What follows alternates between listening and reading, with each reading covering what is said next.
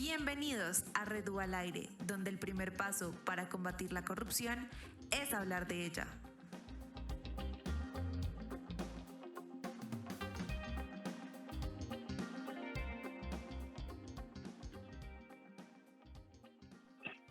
Hace no mucho tiempo pusimos la mirada en las divisiones menores del fútbol colombiano y el favoritismo para debutar de los jugadores.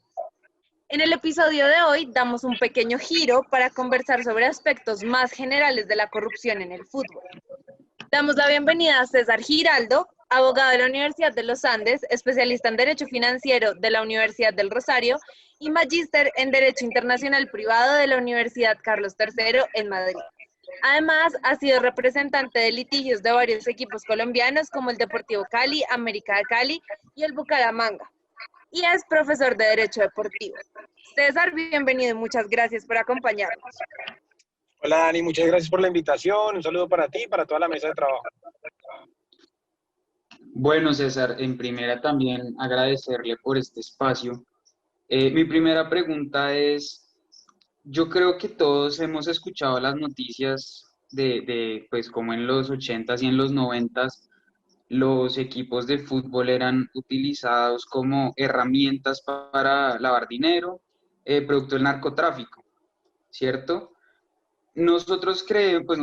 O yo en lo personal creo que esto ha cambiado.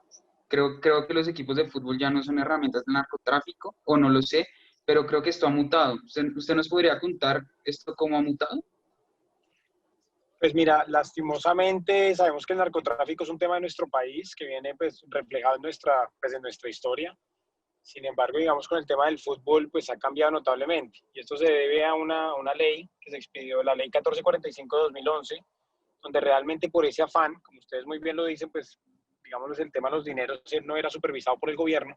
Y esta fue la forma de empezar a normalizar esa práctica. Entonces, en ese orden de ideas, a día de hoy el fútbol profesional colombiano está reglamentado. No sé si se acuerdan que hubo una conversión de... Esto tiene pues un fundamento jurídico y es porque anteriormente los equipos pues digamos por ley eran entidades sin ánimo de lucro. Ya de la ley 1445 hubo un cambio donde se hizo una conversión de la mayoría de los clubes profesionales en Colombia a sociedades anónimas.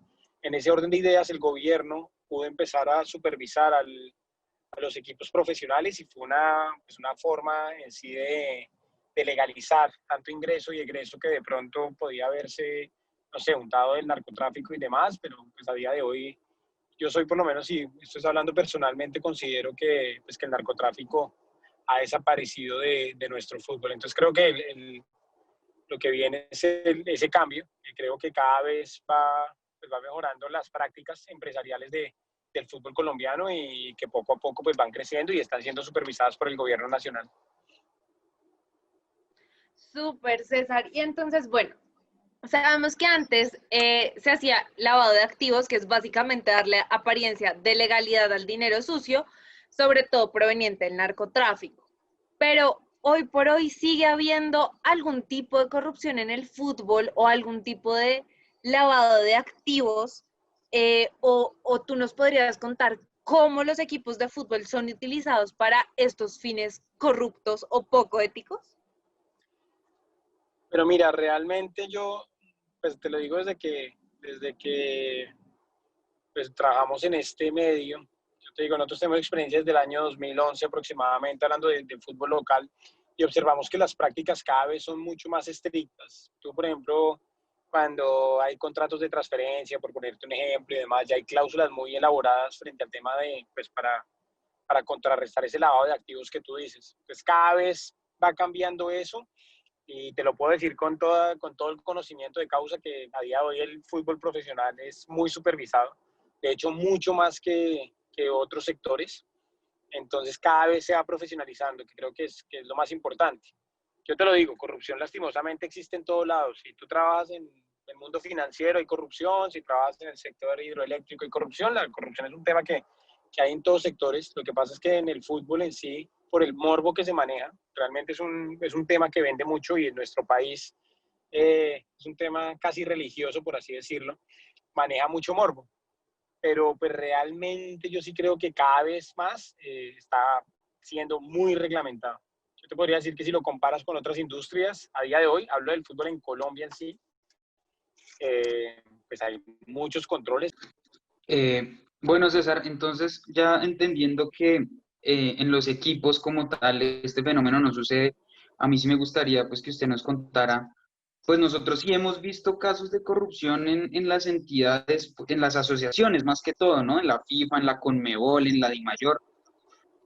Yo quisiera saber, pues, usted qué nos puede contar de este fenómeno, por qué se da esta corrupción en estas entidades, en las asociaciones grandes, pues.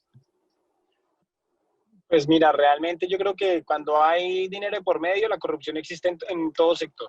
Y pues para nadie es un secreto que desde que pasó el famoso FIFA Gate empezó a descubrirse un tema de corrupción, no solo en el fútbol en Colombia, sino a nivel mundial.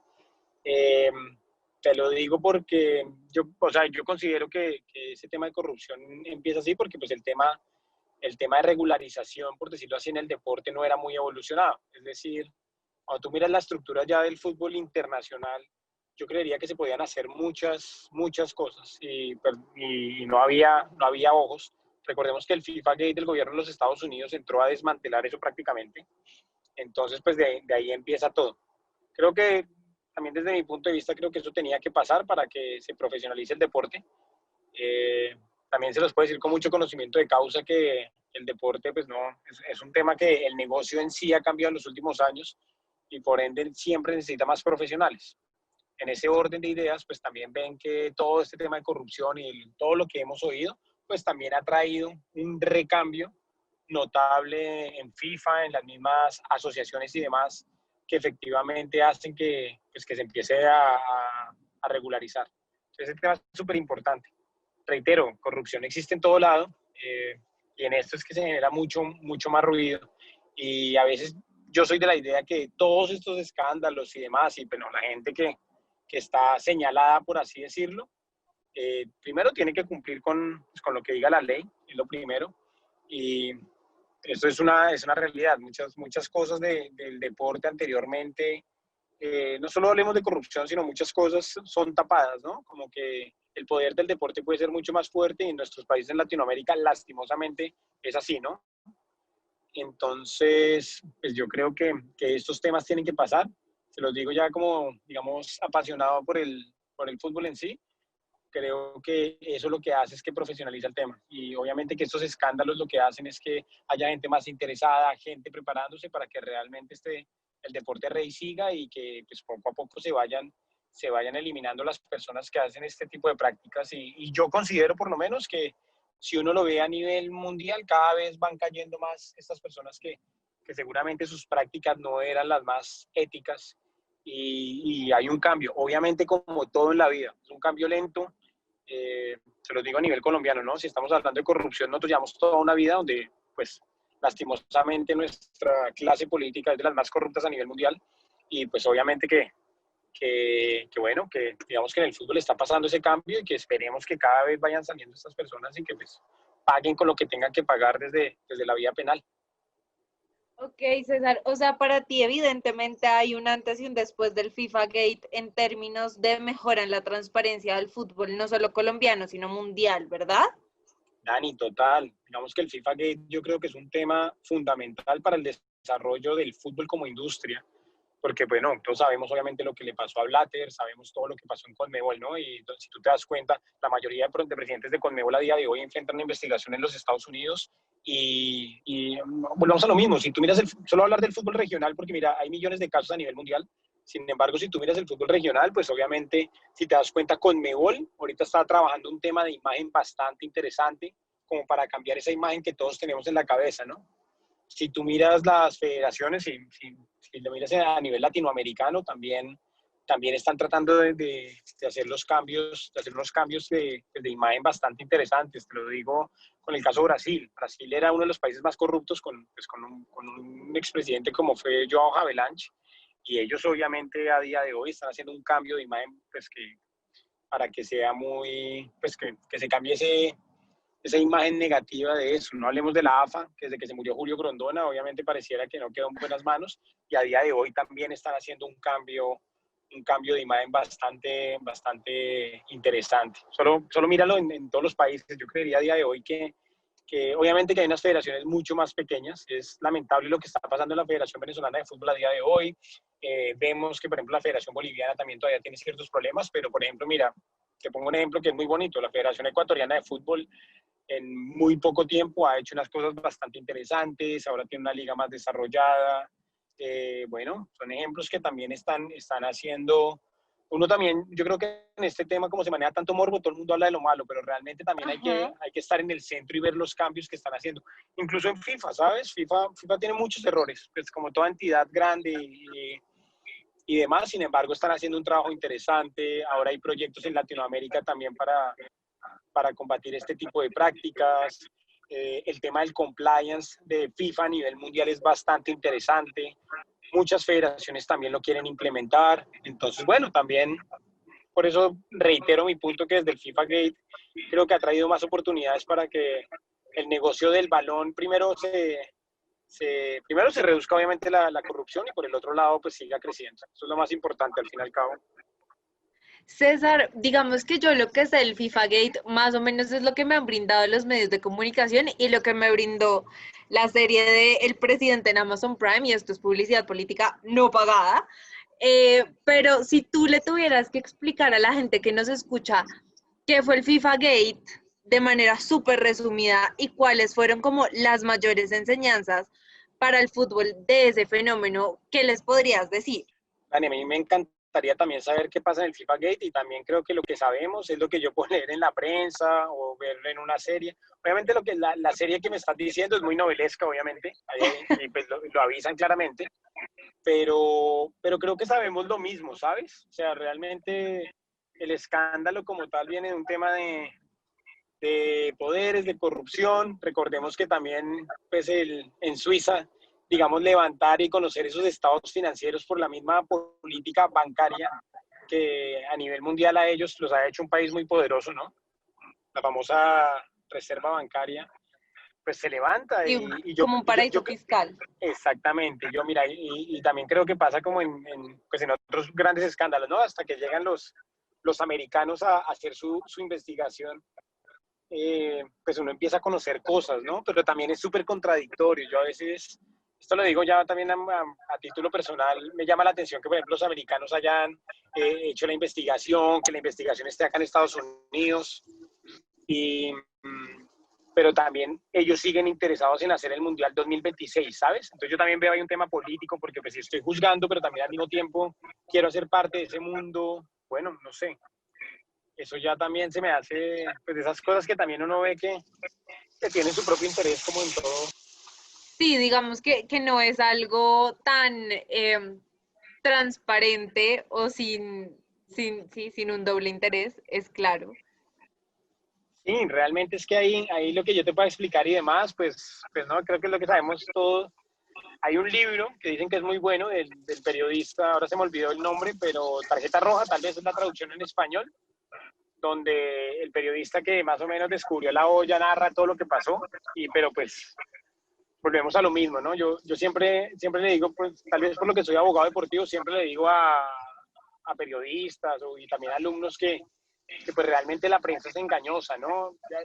Volvemos al mismo tema del fútbol, ¿no? Como que el fútbol agranda mucho las cosas y realmente nadie sabe. Los que saben pues son los jueces, los investigadores y demás, y pues créeme que eso se maneja con la máxima confidencialidad del mundo. Entonces creo que cuando uno ya habla de estos temas, hay que hablar cuando uno realmente tiene conocimiento de causa. Pero en mi caso en específico, no, yo no soy abogado penalista, no conozco de eso. Realmente creo que sé lo mismo que tú.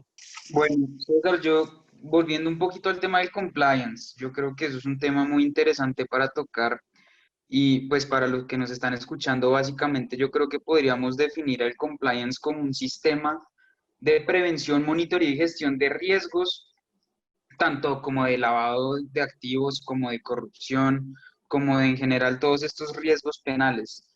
Entonces, bueno, pues, yo creo que mi pregunta va encaminada como pues nosotros tenemos, o bueno, los equipos de fútbol en Colombia más bien, tienen la obligación de implementar un sistema de gestión y prevención llamado CIPLAF, ¿cierto? Sí. Y bueno, quisiera que nos contara un poco más o menos cómo funcionan estos sistemas de gestión, ¿son efectivos? ¿Cree usted que no es suficiente o es perfecto? Yo creo que eso, digamos que todo lo que me hablas de CIRLAF y todos estos temas, pues también no es porque sea fútbol. Realmente todas las compañías en sí deberían tener ese tema. El compliance es un tema que está empezando apenas en Colombia, ¿no? Y pareciera que las grandes multinacionales es que lo aplican, pero cada vez, pues sí o sí se tienen que aplicar por ley, ¿no? O sea, yo, digamos que la invitación como tal es quitar ese morbo del fútbol, porque al final y al cabo un club de fútbol es una sociedad anónima que tiene que cumplir con los lineamientos como cualquier otra compañía. La gran mayoría de equipos en Colombia son sociedades anónimas y pues bueno, tienen que cumplir lo que dice el gobierno nacional. Y este tipo de prácticas que están trayendo, pues claro, lo que tú dices, realmente evitar el tema de lavado de activos y bueno, hacerlo lo más ético posible. Entonces, para mí es un gran paso realmente. Y tiene que seguir mejorando porque todavía falta mucho, esa es la realidad. No solo en el fútbol, falta creo que en toda industria. También te lo pongo así, ahorita hay un tema que se llama el licenciamiento de clubes, que se está implementando en Colombia, pues bueno, ya lleva unos años de implementación, tal vez no es el más eficiente, pero bueno, ya empezamos con un camino. Si tú miras en Conmebol, es el mismo tema, si tú no tienes ese licenciamiento, pues no puedes competir. Entonces creo que estas prácticas cada vez pues van, volvemos a lo mismo, lo que están tratando es prácticamente de erradicar prácticas del pasado que son una realidad. César, ¿y ese licenciamiento en qué consiste? ¿Nos podría contar un poco al respecto de eso? El licenciamiento de clubes es un sistema que se está implementando en los clubes profesionales para no meterlos mucho en temas jurídicos, donde uno tiene que cumplir con ciertos requisitos. Y entonces tú vas a ver que tienes que cumplir con requisitos contables, laborales, tienes que cumplir con requisitos deportivos, en fin, es un checklist, por decirlo así, de ciertos requisitos para profesionalizar el fútbol. Entonces creo que es una gran medida. De hecho yo creo que es una idea que se está manejando tanto pues es a nivel mundial realmente y creo que está trayendo unos frutos pues para que el fútbol se profesionalice. Sería buenísimo que también este tipo de prácticas se fueran en otros deportes pues para que mejoren, porque pues realmente volvemos a lo mismo. Todos hablamos de fútbol, ¿no? Pero cuando tú ya miras otros deportes, realmente el tema es, ustedes que están trabajando el tema de corrupción, por ejemplo, no es solo como lo que ven en la prensa, o sea, realmente, por ejemplo, el amaño de partidos es un tema que es del diario vivir, el tema de las apuestas deportivas, bueno, en fin, eso es un tema que digamos, las entidades internacionales se están poniendo las pilas porque, pues pasa. En fútbol le ha pasado muchos casos. Hay países como, ¿qué les digo yo? Ucrania, que tienen grandes antecedentes de este tema, Turquía, en Colombia ya ha habido antecedentes. Entonces, bueno, hay que trabajar en eso. Un deporte como el tenis, el tenis por temas de apuestas, pues tiene mucha suciedad y es el deporte blanco, ¿no? Entonces, pues también hay que ver un poco más de lo que se está trabajando en la industria para mejorar las prácticas, que lo que les digo, nuevamente como el negocio está cambiando, creo que a día de hoy mucha gente está trabajando pues para que estas prácticas cambien y sean mejores. Y César, si un equipo no cumple con los requisitos de licenciamiento, no podría competir precisamente en las competiciones de las asociaciones, ¿o cómo funciona? Ese es el deber ser realmente, pero mira, eso suena muy bonito el tema del checklist, pero es que un tema de implementación es bastante complicado y prácticamente las, las ligas, por así decirlo, desde mi punto de vista, a veces creo que se hacen los de la vista gorda. Y te lo voy a decir como en, no sé, en temas Colombia. Por ejemplo, hay requisitos de que, no sé, que el estadio tenga los baños así, no sé, dependiendo de la normatividad aplicable. Y los estadios no cumplen y ahí es el gran problema. En Colombia, pues ustedes saben que salvo el Deportivo Cali, todos los estadios son públicos. Entonces, a implementar, digamos, esas condiciones del licenciamiento de clubes para que la práctica mejore es complicado porque ya viene que los dueños de los estadios pues son los son las ciudades, por poner un ejemplo. Entonces ahí, pues claro, el equipo profesional tendría que empezar a modernizar un estadio que no es de él y ahí viene una confrontación bastante difícil y pues pasan el deporte latinoamericano. Entonces, pues reitero, es un tema de implementación, se está trabajando fuerte. En Colombia Dimayor lo lleva trabajando unos años y pues cada vez lo que se busca es que se mejore el espectáculo y que mejore los estadios. Creo que ustedes cada 8 días ven que no, que los estadios de Colombia tan horribles y todo lo demás, pero pues realmente no hay que decirse mentiras, ¿no? Nosotros estamos en un país del tercer mundo y lo que estamos buscando efectivamente es mejorar esas, pues que la liga crezca, pero pues eso es un paso a paso porque pues no, aquí no hay magnates que vengan y construyan un estadio, que les digo yo, como el del Tottenham, es lógico. Entonces, pues bueno, paso a paso realmente y tienen que cumplir con eso y pues creo que lo que yo digo, a mí sí me parece que a veces les falta un poco de mano dura desde mi punto de vista, pero es lo que hay y pues eso tiene que seguir trabajando y es un plan que tiene, pues que tiene FIFA en su desarrollo, pues en su plan de desarrollo muy claro, pues con ese trabajo de imagen que les conté anteriormente. César, y en ese licenciamiento, bueno, ya sabemos que el checklist es un poco utópico, pero ¿tú cómo ves a los equipos colombianos? ¿Crees que sí van por buen camino a lograr ese checklist y, digamos, muy enfocado en los temas de compliance y transparencia dentro de sus equipos de fútbol? ¿O definitivamente hay unos que se rajan con toda? Sí creo que muchos equipos se rajan, pues lastimosamente es que no, o sea, no hay que ser un científico para saber esto realmente. Si ustedes miran el último reporte de la Superintendencia de Sociedades, el fútbol en Colombia está quebrado, ¿no? Y hay muchas deudas, y esto viene por malos manejos de sus administradores. Y, y pues lastimosamente, yo sí creo que los equipos grandes están haciendo un gran esfuerzo y están arrastrando a estos pequeños para que cumplan con estos trabajos, por así decirlo, y esta implementación. Pero sí creo que falta mucho, realmente es una realidad y por eso digo que, pues que falta como más mano dura, creería yo, de exigir estos requisitos, pues porque al fin y al cabo ya cuando se cumple, yo siempre creo que todo en la vida, ¿no? El que tiene la casa organizada logra grandes cosas. Es lo mismo en el fútbol. Realmente si tú tienes una casa desorganizada, pues seguramente los resultados no van a ser los esperados. Entonces, pues, primero lo primero, cumplir con lo que se está pidiendo y, y pues cambiar las prácticas realmente, porque pues todavía falta muchísimo. Es una realidad que todavía en Colombia hay equipos de garaje y eso es lo que tiene que mejorar. Y César, si en tus manos estuviera poner estas reglas firmes, ¿qué cosas definitivamente no dejarías que pasaran y cómo harías para implementar estas reglas firmes? Es decir, si usted no cumple con los requisitos, equipo X colombiano no entra a la liga, o cómo sería esta implementación que tú te imaginas para que realmente esto sea fructífero y podamos tener no solo un mejor espectáculo, sino una industria sostenible y transparente. Yo lo que haría en primer lugar es cumpliría con todos los lineamientos que me diga mi asociación, digamos, sí, con lo que diga FIFA, no iría en contra. Ese es el problema. Realmente yo creo que se ven muchos favores, ¿sabes? Pero pues si uno quiere cambiar esos temas, pues la única sería empezar a aplicar con la seriedad del caso. Porque muchos clubes, no estoy hablando en Colombia, pues se manejan como fincas, ¿sabes? Entonces ahí es el tema que pues el que quiera, ¿cómo es que dice el famoso dicho? El que tiene tienda que la tienda, pero pues que la tienda bien. Y eso es lo que pasa, porque creo que hay mucha permisividad. Entonces en ese orden de ideas pues aplicaría lo que me dice, porque pues al fin y al cabo tengo que cumplir un lineamiento que me está pidiendo mi respectiva asociación, por así decirlo. Entonces eso haría realmente, que Y cumplan con los lineamientos.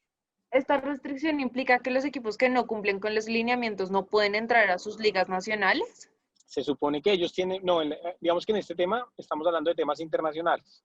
Por ejemplo, el que no cumpla los lineamientos de Conmebol, por ejemplo, no podría competir supuestamente. Entonces, pues ahí es donde uno tiene que tener la mano. Hoy por hoy es un checklist, entonces dicen, usted cumple con eso. No sé si oyeron lo del tema del fútbol femenino hace unos meses, ¿no? Entonces, eso lo levantaron, pero que decían, no, que los equipos que compitan en Copa Internacional de Conmebol tienen que tener equipo femenino. No es solo poner un checklist y decir que yo estoy trabajando en eso, es realmente tenerlo y desarrollarlo. Ese es el tema que a día de hoy en Latinoamérica pasa, ¿sabes? Como para cumplir el examen. Entonces, bueno, pues sí, es lo que yo digo, uno en un checklist puede poner muchas cosas, ¿no? Pero que realmente se esté desarrollando. Entonces ahí es donde uno tiene que empezar. Yo sí considero que en muchas federaciones en Latinoamérica ya lo están haciendo y se están poniendo las pilas. Y sabes que también creo que el COVID ha traído eso en muchas industrias. Realmente como que esto desde el lado humano nos ha traído como un tema de organizarnos, de demás. Yo creo que mucha gente también se asustó. Y esto va a traer también grandes. Yo hago parte de esa gente que creo que el COVID va a traer muchas cosas y va a traer que. Yo creo que la cosa tiene que cambiar. No solo en el fútbol, en la vida. Entonces, bueno, esperemos a ver si estoy en lo cierto. Bueno, Bueno, yo creo que podemos ir cerrando. César, en primera agradecerle por este espacio. Creo que para tanto Daniela como para mí, como para los que nos estén escuchando, ha sido muy interesante conocer pues esta charla y cómo saber que realmente la cosa sí ha cambiado. Yo creo que lo que usted referencia lo vemos perfectamente, y es que cuando vemos el escándalo de reventa de boletas, cuando vemos el FIFA Gate, cuando vemos todo lo que pasó en la Conmebol, como que decimos, no, esto está en picada para abajo. Y la mitad de los dirigentes de la FIFA tienen cargos por blanqueo de capitales en Estados Unidos, y como que uno realmente ve que la cosa está muy mal, pero yo creo que con esta charla podemos concluir que realmente no, realmente si bien hay muchísimo por trabajar, hay muchísimo por mejorar, hay que implementar los dientes o la mano dura, como usted nos decía, en los requisitos que se tengan que cumplir para que los equipos realmente puedan ejercer su labor de una manera correcta. Pero yo creo que, como bien usted nos contó, la cosa va por buen camino. Es un tema de tiempo, es un tema de recursos, un tema de voluntad, como yo creo que podemos concluir que como todo en la vida, pero yo creo que pues con lo que usted nos ha contado realmente la cosa va muy bien. Con el quiebre que nos contaba del FIFA Gate, creo que podemos decir que ya tanto los organismos de control como los mismos dirigentes de los clubes como que realmente se están poniendo las pilas para apostarle a un fútbol transparente, que realmente la transparencia en el fútbol es buena para el negocio, le da resultados a la calidad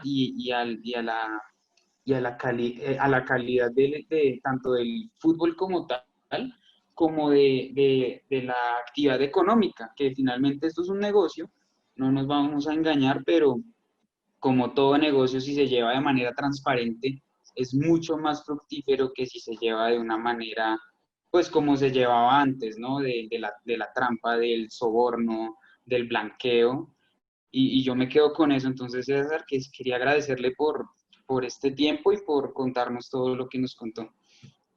mira, realmente no es que vayamos bien y qué maravilla, ¿no? También hay que ser críticos con el tema. Se está trabajando y también te puedo decir, conociendo mucha gente de la nueva generación, por así decirlo, que está mejorando, que está trabajando para que mejoren esas prácticas. Todavía seamos críticos. Realmente hay que trabajar demasiado porque pues todavía ven cosas. Pero también del otro lado sí creo que nos estamos pellizcando realmente pues para que eso mejore. Y aquí digamos que va a ser súper enfático en puntos que hemos tenido en esta entrevista. Uno, la ley 1445, si lo ves desde el tema de gobierno nacional. Hace algunos años se está tratando de hacer un proyecto. Nosotros necesitamos una nueva ley del deporte, esperemos que eso pase, pero llevamos desde 1995 para que cambie eso y no hemos podido, por ejemplo. Y estoy hablando de temas políticos 100%.